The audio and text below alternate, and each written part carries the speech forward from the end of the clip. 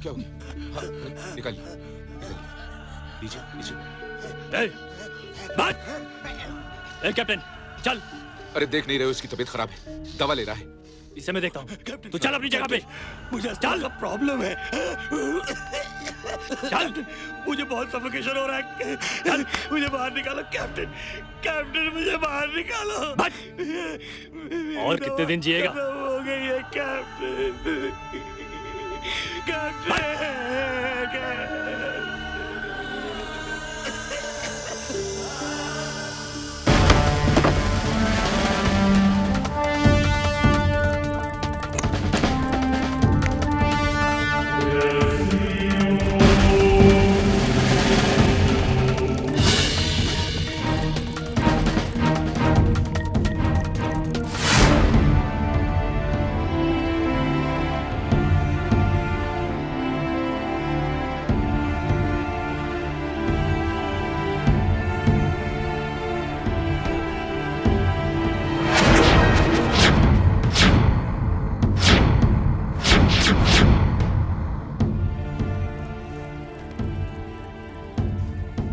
पे उंगलियों के निशान नहीं है। लगता है हमारे यहाँ आने की खबर पहले से थी किसी को। Hello colonel sir. बाबा जहर और प्लेन हाईजैकर्स के इस केस से संबंधित सभी लोगों को डिफेंस मिनिस्टर ने हेडक्वार्टर्स में बुलाया है सर। और हाँ, वो एंटी टेररिस्ट स्क्वाड के एसीपी को भी साथ ले आना, जो इस केस का इंचार्ज है। Right sir. हम दिल्ली जा रहे हैं।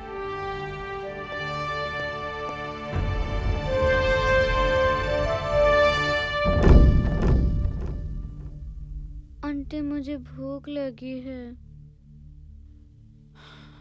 रुको बेटा, देखती हूँ क्या कर सकती हूँ।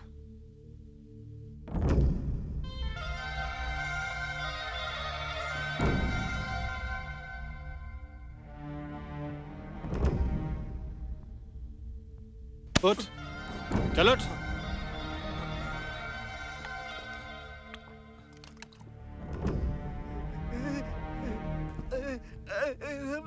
पानी पिएगा?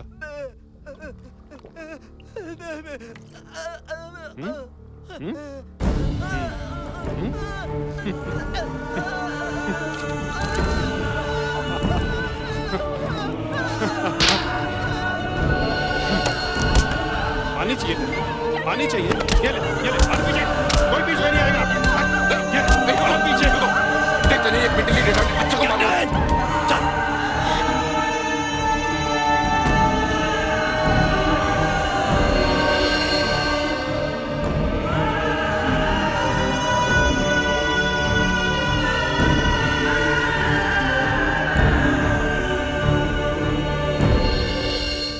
आंटी मुझे भूख नहीं लगी।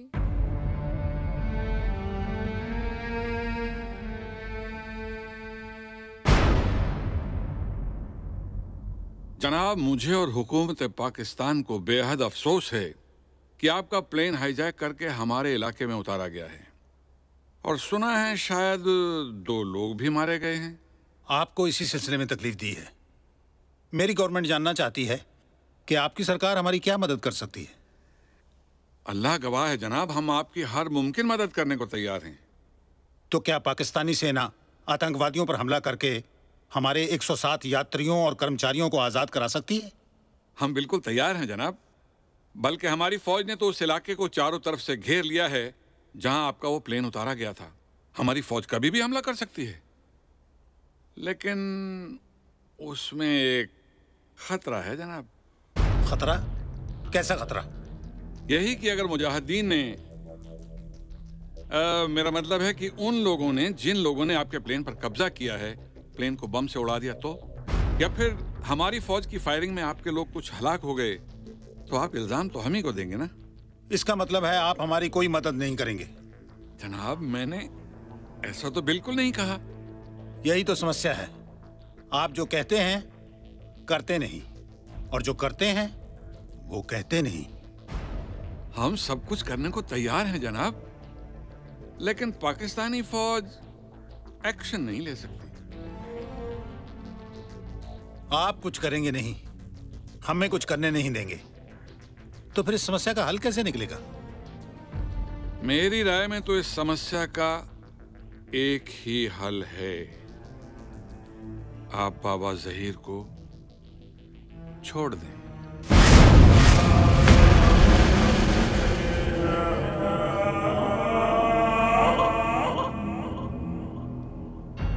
एक जिंदगी के लिए 107 लोगों की जान खतरे में डालना मुनासिब नहीं है। ये मेरी जाती राय है जनाब। आप हमें इस बात की आज्ञा देंगे कि हमारा एक डेलीगेशन आतंकवादियों से बात करने के लिए पाकिस्तान जा सके? डेलीगेशन भेजो ना जनाब, जरूर भेजो, सिर मत्थे थे, लेकिन 3-4 लोग से ज्यादा नहीं होने चाहिए और किसी के पास भी कोई हथियार नहीं होना चाहिए। अल्लाह हाफिज। जय हिंद।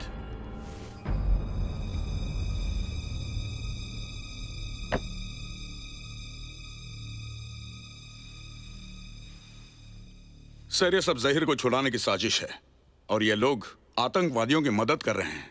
ये बात तो सारी दुनिया जानती है, लेकिन सवाल ये है कि इस समय क्या एक्शन लिया जाए? एक्शन तो बहुत पहले लिया जाना चाहिए था सर।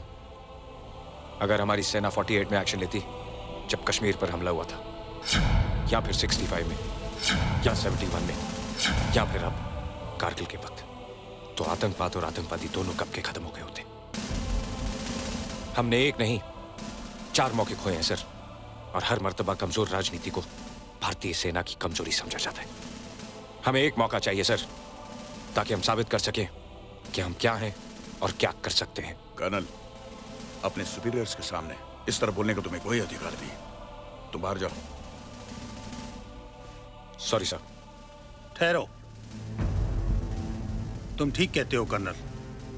बहुत से लोग हमारी सहनशीलता को हमारी कमजोरी समझते हैं, लेकिन ऐसा नहीं है। भारत हमला भी कर सकता है और जीत भी सकता है, लेकिन हम उनके शहरों पर बमबारी करके बेगुनाहों को मारना नहीं चाहते, बल्कि नफरत का जो पेड़ उन्होंने उगाया है, हम उसे जड़ से उखाड़ फेंकना चाहते हैं। और पिछले 56 साल से हमारी यही कोशिश रही है। और पिछले 56 साल से ये कोशिश कभी कामयाब नहीं हुई सर। कभी ना कभी तो होगी। कभी तो हमारे पड़ोस में कोई ऐसी सरकार बनेगी जो अपनी आंखों से भारत दुश्मनी की पट्टी उतार कर सच्चाई को देखेगी। तब तक न जाने कितने प्लेन हाईजैक हो चुके होंगे, कितने हमले पार्लियामेंट और अक्षरधाम पर हो चुके होंगे, कितने स्टेट्स कश्मीर बन चुके होंगे। एक अच्छे कल की उम्मीद हमारे आज को बर्बाद कर रही है सर।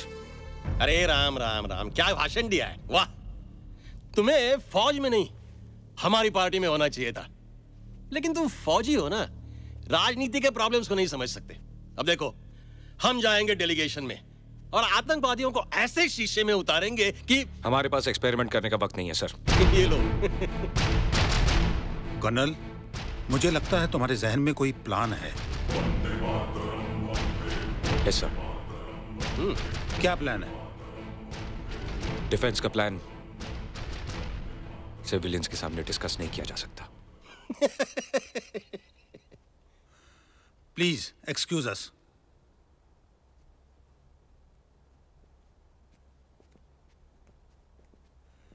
प्लीज मगन भाई।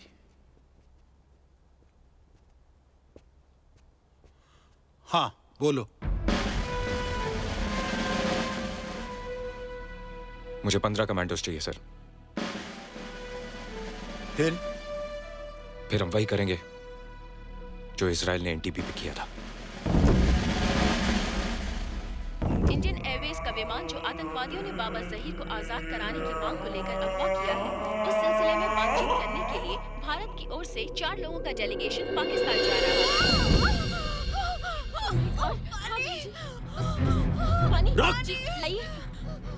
कोई जरूरत नहीं उसे पानी देने की। चल। वो प्रेग्नेंट है और उसे पानी की जरूरत है। हट! कोई नहीं मतलब कोई नहीं। जब तक तुम्हारी गवर्नमेंट हमारी बात नहीं मानेगी, हम भी तुम लोगों की कोई बात नहीं मानेंगे। बहादुर हो तो तुम अपनी लड़ाई खुद अपने बल पे लड़ो। औरतों और बच्चों को ढाल बनाकर क्यों लड़ रहे हो? तुम जो कर रहे हो वो बुज़दिलों का काम है। बहादुर हो तो जंग में लड़ो। बेगुनाहों को सताने और मारने का नाम जिहाद नहीं है। कैप्टन, जबान रोक अपने स्टाफ की, वरना भरी जवानी में जान से जाएगी साली। ठीक ही तो बोल रही है वो। तू मुसलमान होकर ऐसी बातें बोलता है? एक सच्चा मुसलमान हूं इसलिए ऐसे बोल रहा हूं, मगर तुम लोग कतई सच्चे मुसलमान नहीं हो सकते, क्योंकि इस्लाम के तहत पानी पिलाना सबसे बड़ी सवाब का काम है। मैदान करबला याद है, और इस्लाम ही के तहत औरतों और मजलूमों पर हाथ उठाना सबसे बड़ी लानत। जनाब सकीना का मासूम चेहरा याद है? अरे तुम तो इस्लाम को दी गई एक गाली हो, तुम तो इस्लाम पर लगे हुए एक धब्बे हो। ये जो कुछ तुम कर रहे हो ना, ये आतंक, ये इस्लाम नहीं सिखाता। Because terrorism is anti Islam. Do you understand? साले, मुझे इस्लाम सिखाता है, मुझे।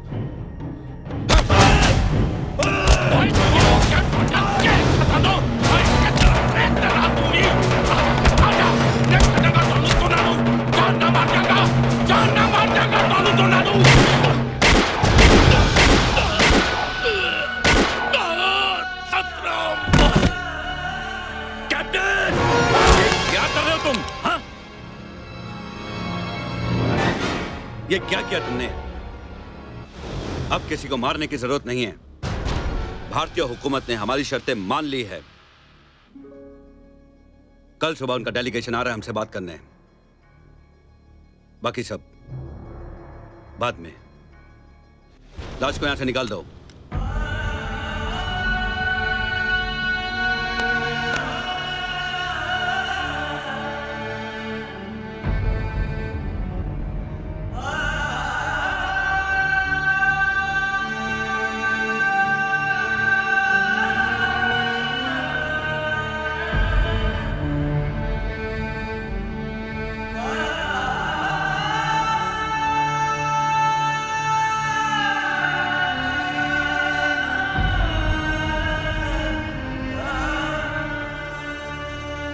हम एक ऐसी मिशन पर जा रहे हैं जिसके दौरान अगर हम दुश्मन की जमीन पर शहीद हो गए तो हमारी लाशों को हमारे देश की मिट्टी भी नसीब नहीं होगी। लेकिन हम कामयाब होंगे और एक ऐसी मिसाल कायम करेंगे जिसके बाद हमारा दुश्मन किसी भी हिंदुस्तानी को दुनिया के किसी भी कोने में कभी हाथ लगाने की जुर्रत नहीं करेगा। अगर आप में से कोई भी इस मिशन पर नहीं जाना चाहता हो तो कमरा छोड़कर जा सकता है।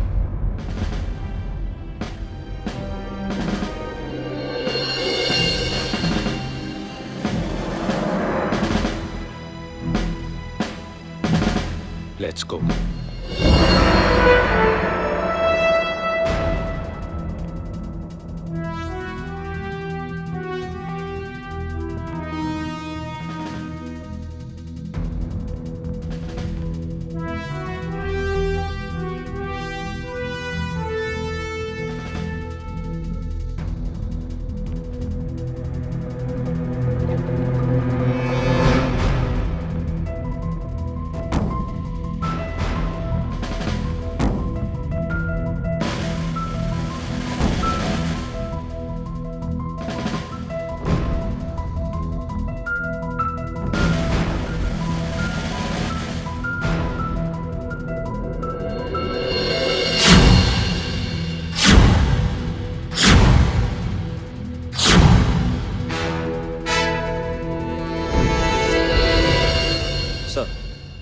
पूरी हियर।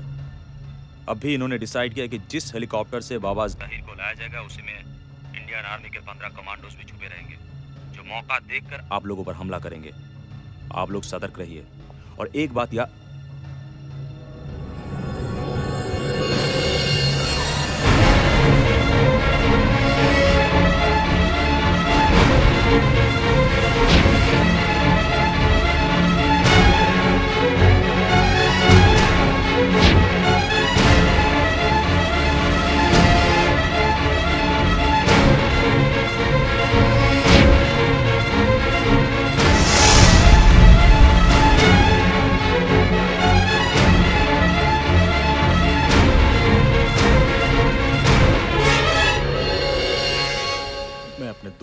अपने दोस्त को फोन कर रहा था सर।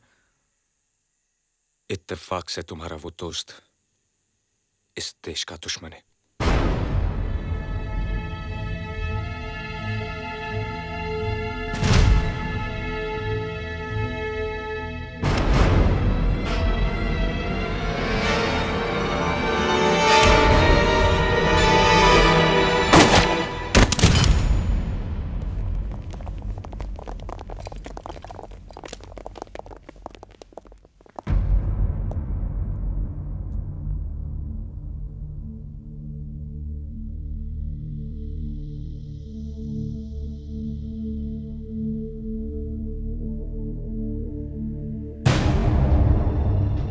पूरी मारा गया।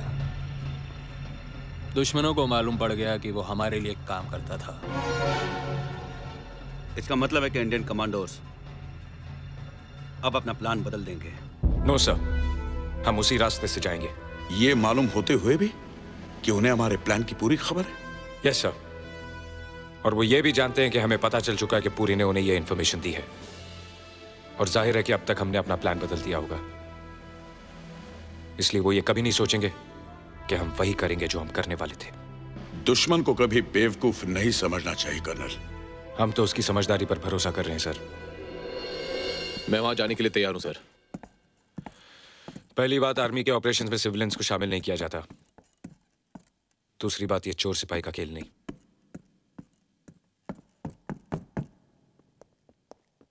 Sir please sir, give me a chance. तुम कहना क्या चाहते हो? मैं उस टीम के साथ जाना चाहता हूं जो आतंकवादियों से बातचीत करने के लिए जा रहे हैं। मुझे देखते ही वो लोग मुझे पहचान जाएंगे, क्योंकि उनका एक साथी मेरे हाथों से मारा जा चुका है। जाहिर है कि वो मुझे इंटरोगेट करेंगे और ये जानना चाहेंगे हमारे कमांडोज कहां से आ रहे हैं, और मैं उन्हें बता दूंगा। तुम उन्हें मिसगाइड करोगे? Yes sir. और ये सब तुम करोगे? सर।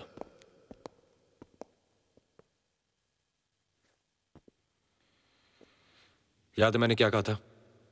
ये खेल का मैदान नहीं, this is a bloody battlefield.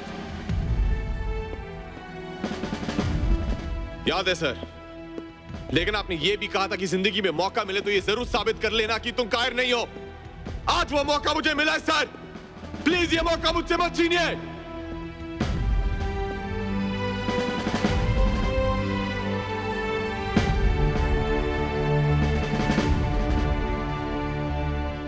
कौन है वो आदमी?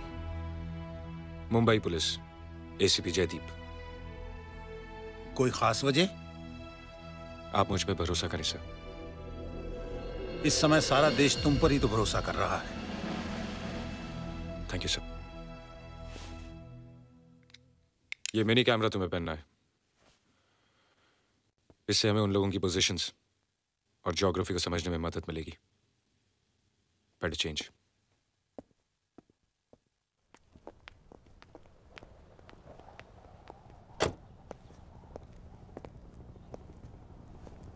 चलू सर। होने वाली बीवी के लिए जा रहे हो? नंदिनी के लिए नहीं सर, मां के लिए। ये मिट्टी मेरी मां है और इसकी इज्जत खतरे में है। अपना ख्याल रखना।